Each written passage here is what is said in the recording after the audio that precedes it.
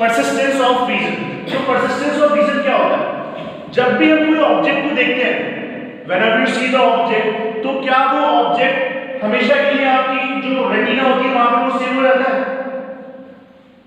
बताओ। तो the image form on the retina of the I is not permanent. जो आपकी इमेज रेटिना के ऊपर बनती है, so it's never be a permanent, वो कभी भी परमानेंट नहीं होती। क्यों नहीं होती? क्योंकि और वो ना पूरी तरीके से फेड होती है, ठीक है, but somewhere is a memory, एक तरह की मेमोरी जो होती है वो होती है ना। तो जो हमारी इमेज होती है रेटिना पे, पहली बात तो वो परमानेंट होती नहीं है। मान लीजिए मैं अभी जैसे कि निशान को देख रहा हूं और लाइक निशान को देखने के बाद अपनी नजर हटा लेता हूं, तो जो इसकी मेमोरी, जो इसकी इमेज है, वो क्या मेरी रेटिना में परमानेंट रहेगी? नहीं रहेगी, ठीक है। It also does not fade away instantly, जबकि वो इंस्टेंटली क्या होगा? वो फेड भी नहीं होगी, एकदम से खत्म भी नहीं होगी, है ना। कहीं ना कहीं जो मेमोरीज होती है, जो व्यू होता है, वो कहीं ना कहीं रहता है, एक तरह का फेड हो जाता है। सो इसमें क्या होता है? जो रेटिना आपकी परसिस्ट करती है वो 1/16 सेकंड में परसिस्ट करती है, मतलब कि सेकंड के 16वें हिस्से में, एक सेकंड के 16 पार्ट में, 1/16 पार्ट में जो वो ऑब्जेक्ट है वो हमारी आंखों से निकल जाता है, ठीक है, हट जाता है। जो इमेज हमारे आईज में परमानेंटली रहेगी वो कौन से हिस्से तक रहती है सेकंड की? वो 1/16 पार्ट तक रहती है। Is that clear? तो इसमें क्या होता है कि the ability of eye to retina the image and the sensation cause of the light coming from the object for about 1/16 of the second even after we have stopped seeing the object is called persistence of vision, ठीक है। जब आप ये ability होती है आंखों की, retina की, जिसमें जो आईज, जो आपकी लाइट आपकी आंखों पे पड़ती है, जो रोशनी आपकी आईज पे पड़ती है, ठीक है, जिससे हमारी जो इमेज होती है रेटिना पे बनती है, जब वो इमेज हमारी आंखों से हटती है तो वो 1/16 सेकंड के 1/16 हिस्से तक वो हमारे रेटिना पे बनी रहती है। इसको हम बोलते हैं क्या? Persistence of vision. क्या बोलते हैं इसको?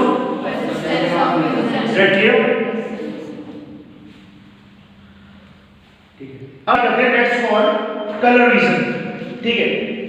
अब हमारे बहुत सारे ऑब्जेक्ट्स को हम देखते हैं, ठीक है, और उनकी जो इमेज है कहां बनती है? रेटिना पे बनती है, कोई बड़ी बात नहीं है। अब इसमें क्या होता है? जो रेटिना पे है there is a large number of sensitive cells. Retina में क्या होती है? Large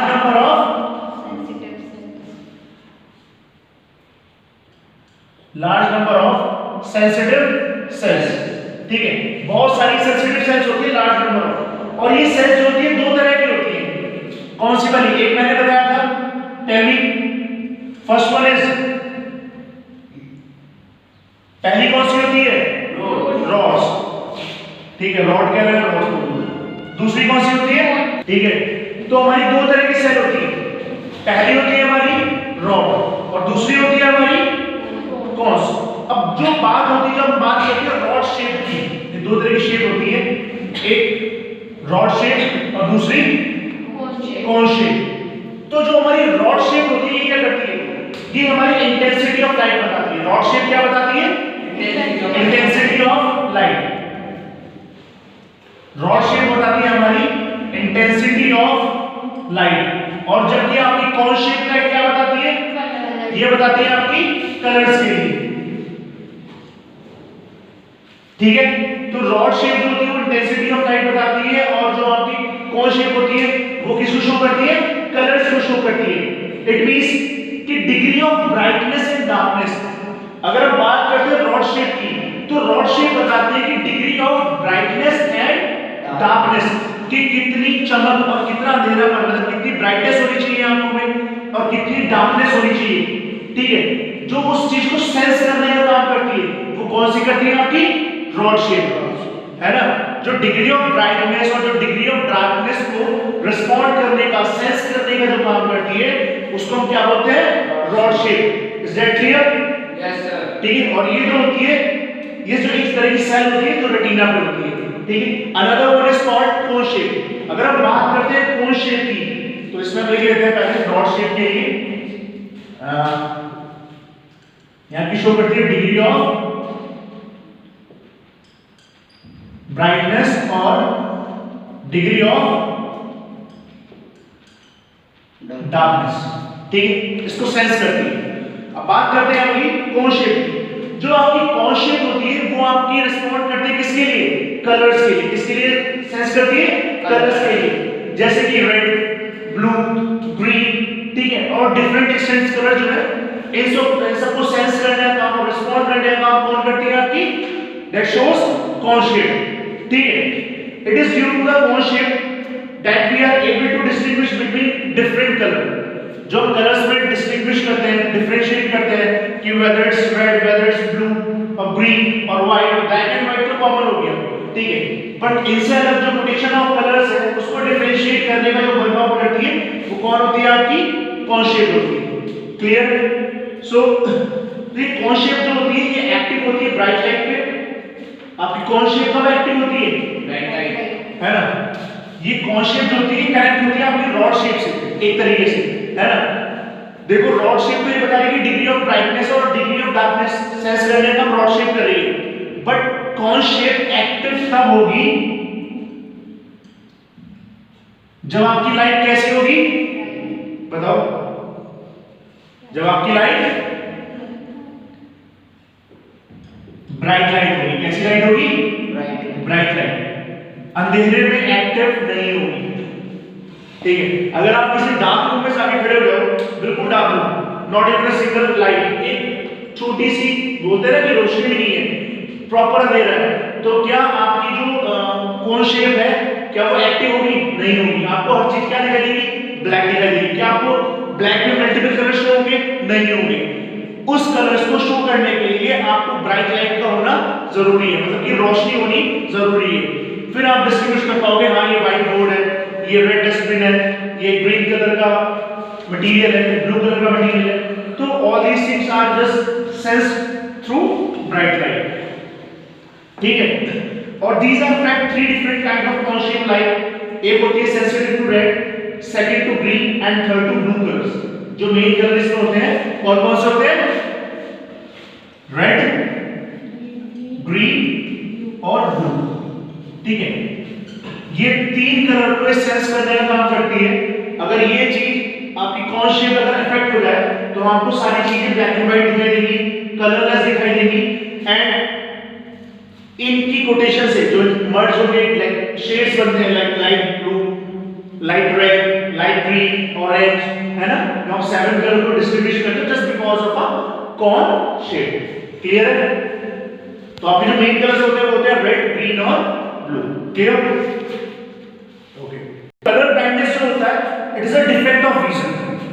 colour blindness it is a defect of vision. ये डिफेक्ट ऑफ आई भी होता है, इसको हम डिफेक्ट ऑफ विजन भी बोलते हैं। हमने विजन के बारे में पढ़ा है कि जो हमारा आईज का विजन होता है it's almost from 25 centimetre to infinity. हम 25 सेंटीमीटर से इंफिनिटी के बाद इंफिनिटी देख सकते हैं, ये हमारा विजन होता है। तो अगर इस विजन में किसी भी तरह का डिफेक्ट आता है तो उसको हम बोलते हैं कलर ब्लाइंडनेस। क्या बोलते हैं उसको हम?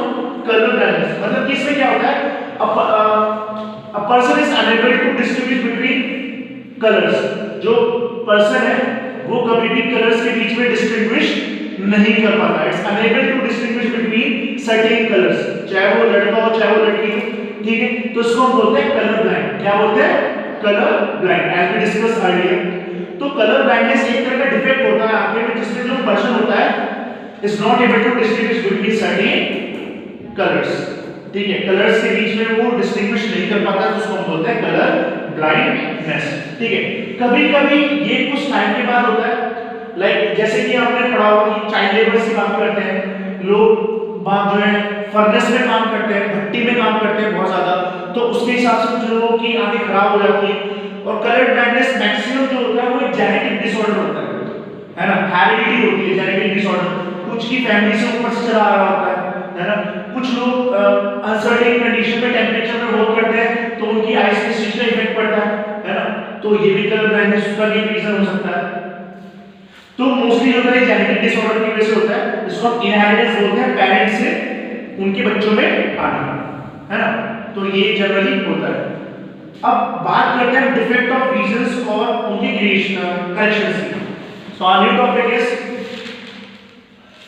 What's our new topic? Defects of vision and their correction.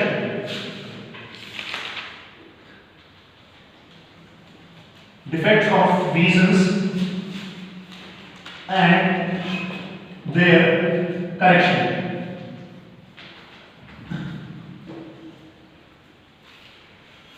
तो हमारे जो डिफेक्ट ऑफ विजन की हम बात करते हैं, है ना, बहुत सारे डिफेक्ट्स होते हैं जो हम लोग देखते हैं, जैसे कि कुछ लोगों को पास का नहीं दिखाई देता है, दूर का क्लियर दिखता है, कुछ लोगों को दूर का बिल्कुल साफ दिखाई देता है, पास का क्लियर नहीं दिखता है, कुछ को ना दूर का दिखता है ना पास का दिखता है ना, कुछ लोगों की जो सेंसिटिव सेल्स होती है वो इतनी कमजोर हो जाती है कि उनको प्रॉब्लम आती है। तो they are many types of defects हम लोग जो पढ़ते हैं, तो इसमें 4 तरह के डिफेक्ट्स आपके कोर्स में है generally.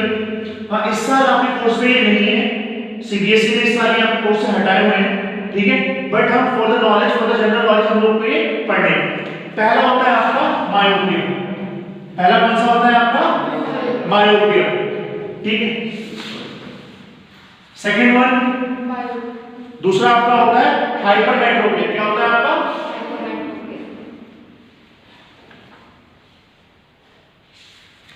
Hypermetropia. Third one is presbyopia.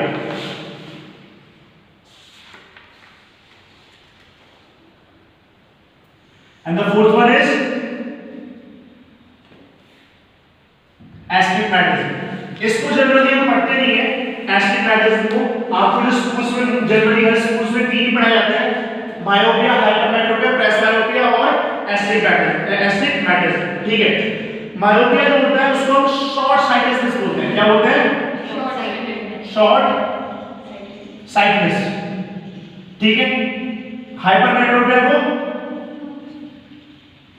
Long sightedness,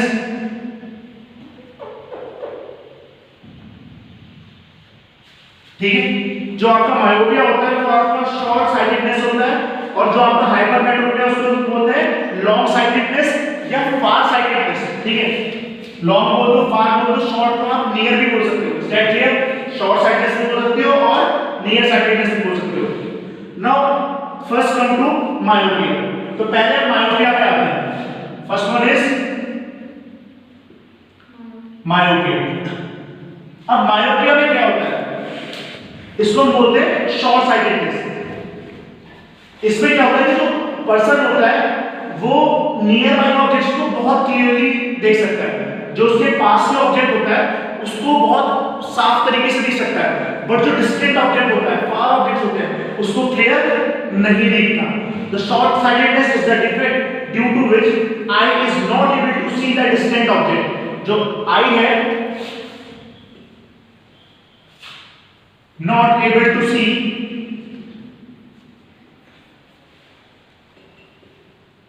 distant object clearly, ठीक है। जो आपकी आई है, ह्यूमन आई, ये किसी भी तरह की है, ठीक है, it's not able to see distant object clearly. अब वो कौन सा ऑब्जेक्ट क्लियर शो देखती है? नियर ऑब्जेक्ट,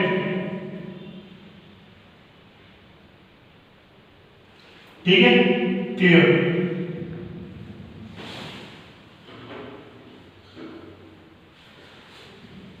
ठीक है। तो जो आपकी शॉर्ट साइटेडनेस है या मायोपिया है, उसमें जो ऑब्जेक्ट है, उसमें जो आई है, वो दूर दृष्टि उसकी होती है, वो खराब होती है, मतलब जो डिस्टेंट ऑब्जेक्ट होता है वो उसको क्लियर नहीं देख पाता, और पास के ऑब्जेक्ट उसके बहुत क्लियर शो होते हैं, तो इसको बोलते हैं शॉर्ट साइटेडनेस। अब इसको करेक्शन कैसे कर सकते हैं? इसमें क्या होता है प्रॉब्लम?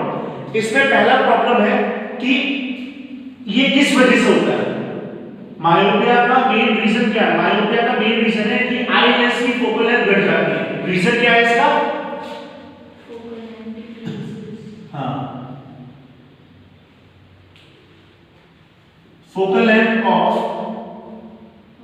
आई लेंस डिक्रीजेस, ठीक है। जो फोकल लेंथ है आई लेंस की वो क्या हो जाती है? डिक्रीज हो जाती है, और कैसे हो जाती है? कन्वर्जेंट हो जाती है। क्या हो जाती है? मोर कन्वर्जेंट।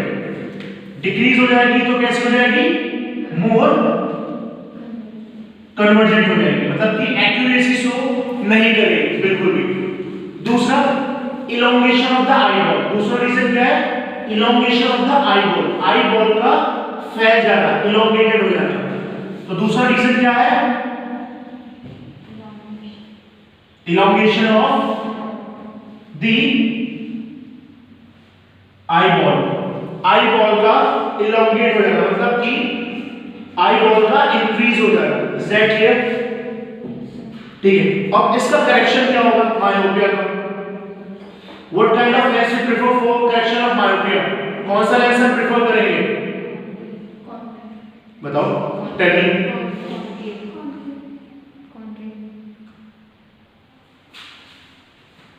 पक्का? राइट।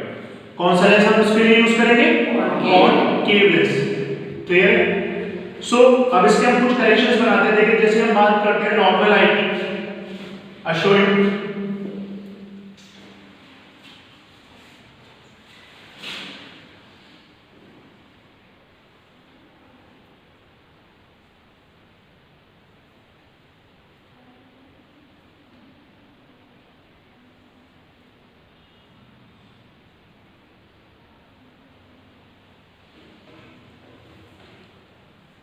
ये हमारी नॉर्मल आई है। क्या है हमारी? नॉर्मल आई है। Is that clear? ठीक है, ये जो है हमारा नियर पॉइंट है, what we call it near point, है ना? ये हमारा नियर पॉइंट है, ये हमारी नॉर्मल आई है। जो इमेज बन रही है दैट्स कॉल्ड रेटिना। तो रेटिना पे इमेज हमारी आई बिल्कुल क्लियर बन रही है, हमारी नॉर्मल आई है ना? बट मायोपिया में क्या होगा? जो इमेज होगी वो जैसे आई लेंस है तो इमेज है वो यहां बनेगी, ये यहां बन रही है इमेज। ठीक है, ये हमारी रेटिना है।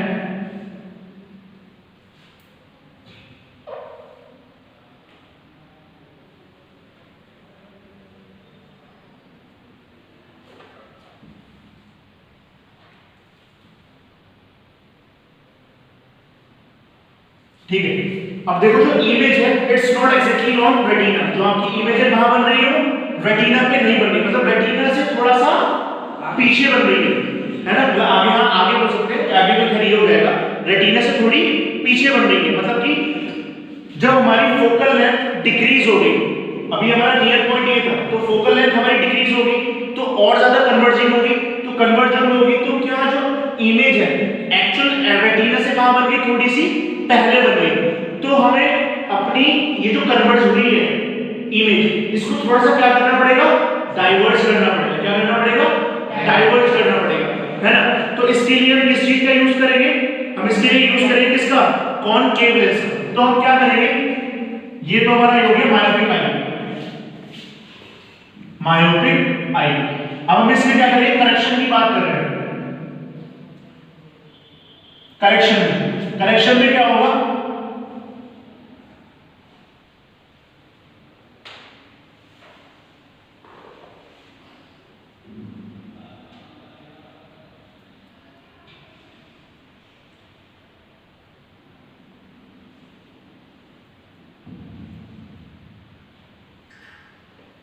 हमने कौन सा लेंस यूज किया? कॉनकेव।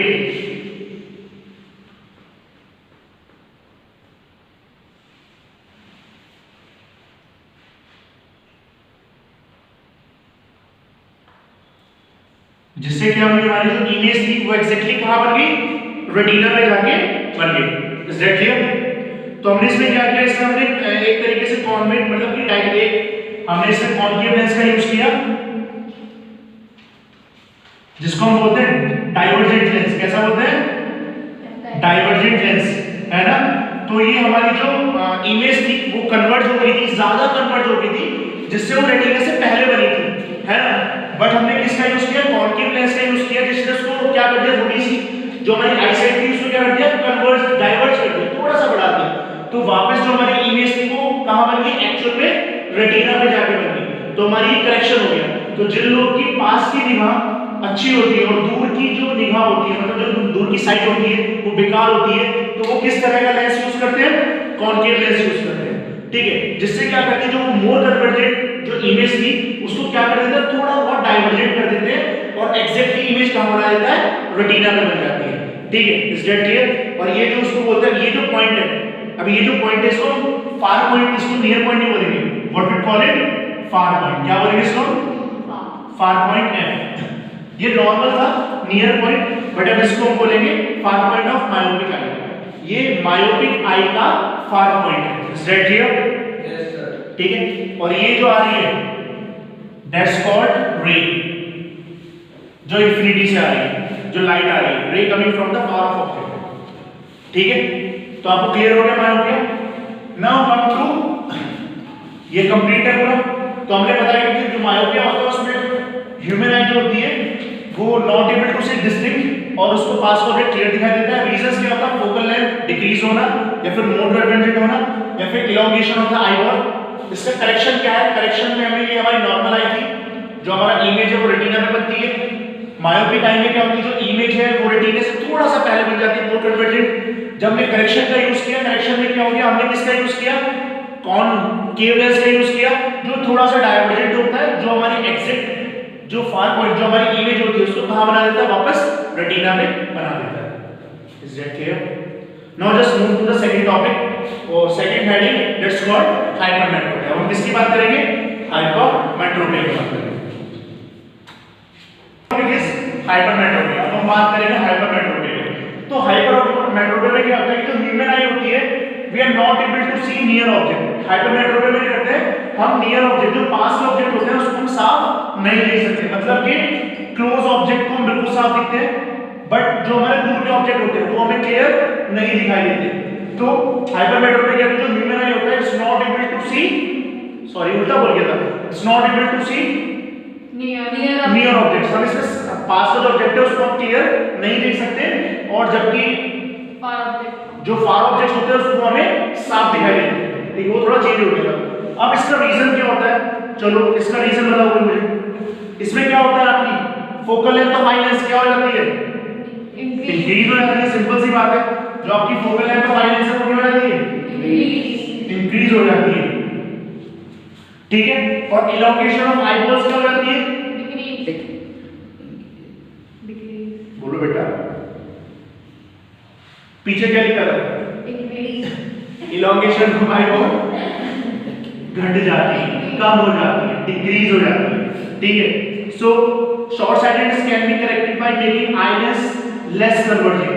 अब इसमें देखो क्या है कि जो focal length of eye lens है वो बढ़ी हुई है। दैट मींस इसका रीजन है कि जो आई लेंस की फोकल लेंथ है वो इंक्रीज है, मतलब कि ज्यादा कन्वर्जिंग है ना। मतलब इसको हमें क्या करना है? लेस कन्वर्जिंग करना होता है करेक्शन के लिए। थोड़ा ज्यादा जा रहा है उसको थोड़ा कम करना है। तो कम करने के लिए हम क्या यूज करते हैं? Mostly convex lens. किस कौन सी लेंस का यूज कर रही है? Convex lens. ठीक है, इसमें इलोंगेशन ऑफ आईबॉल क्या होगा? डिक्रीज हो जाएगा। ठीक है, तो मायोपिया, जब हम बात करते हैं मायोपिया की तो उसमें लेस कन्वर्जिंग होता है। जब हम बात करते हैं हाइपरमेट्रोपिया की तो उसमें क्या होता है? लेस कन्वर्जिंग हो रही है। रीजन है कि लेस, वो तो मोर कन्वर्जिंग पहली थी। पहली क्या थी? ज्यादा कन्वर्जिंग थी, उसको एक्चुअल लाना था। ये कैसी है? ये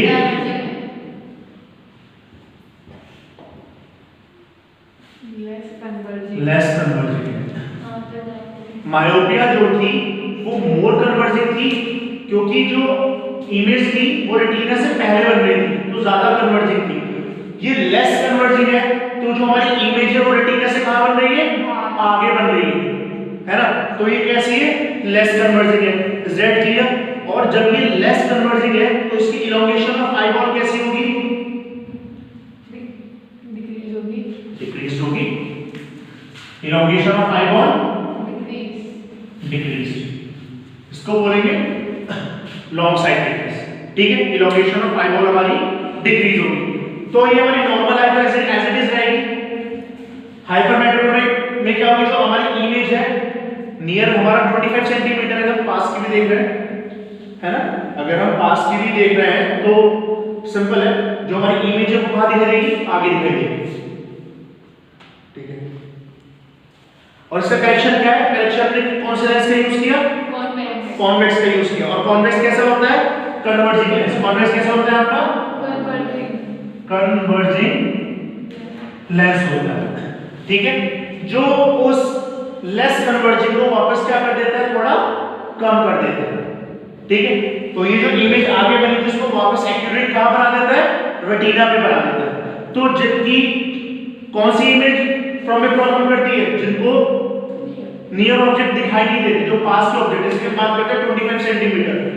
25 centimetre is your near object. 25 centimetre है आपका near object. Is that clear?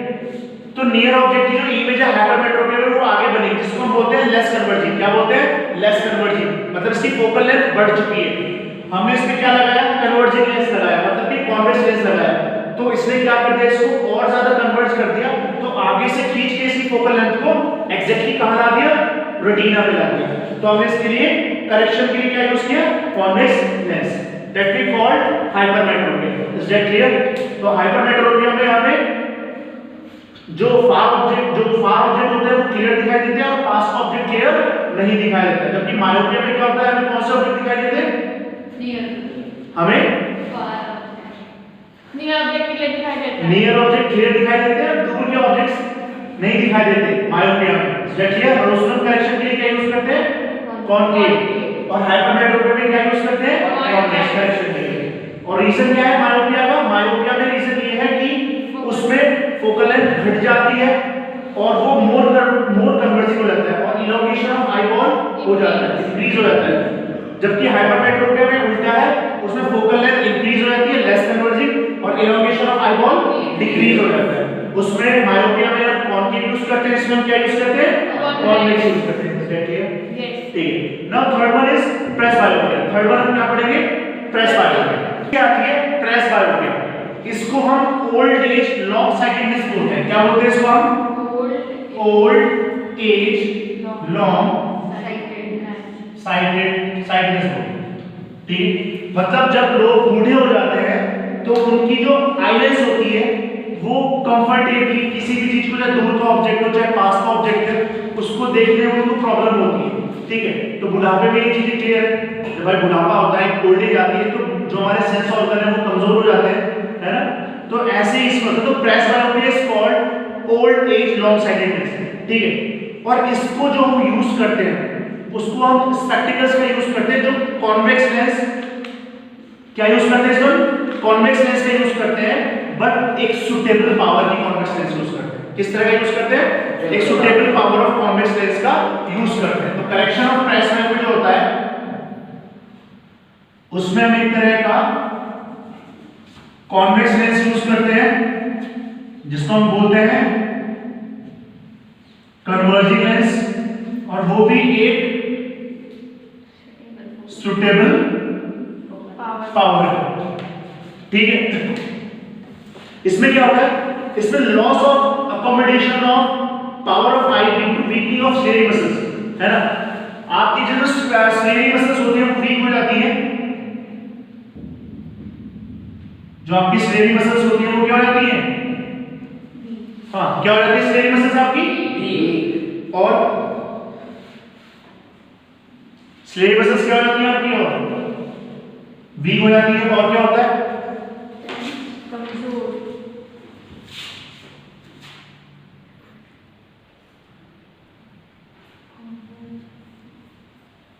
Hardening of eye lens.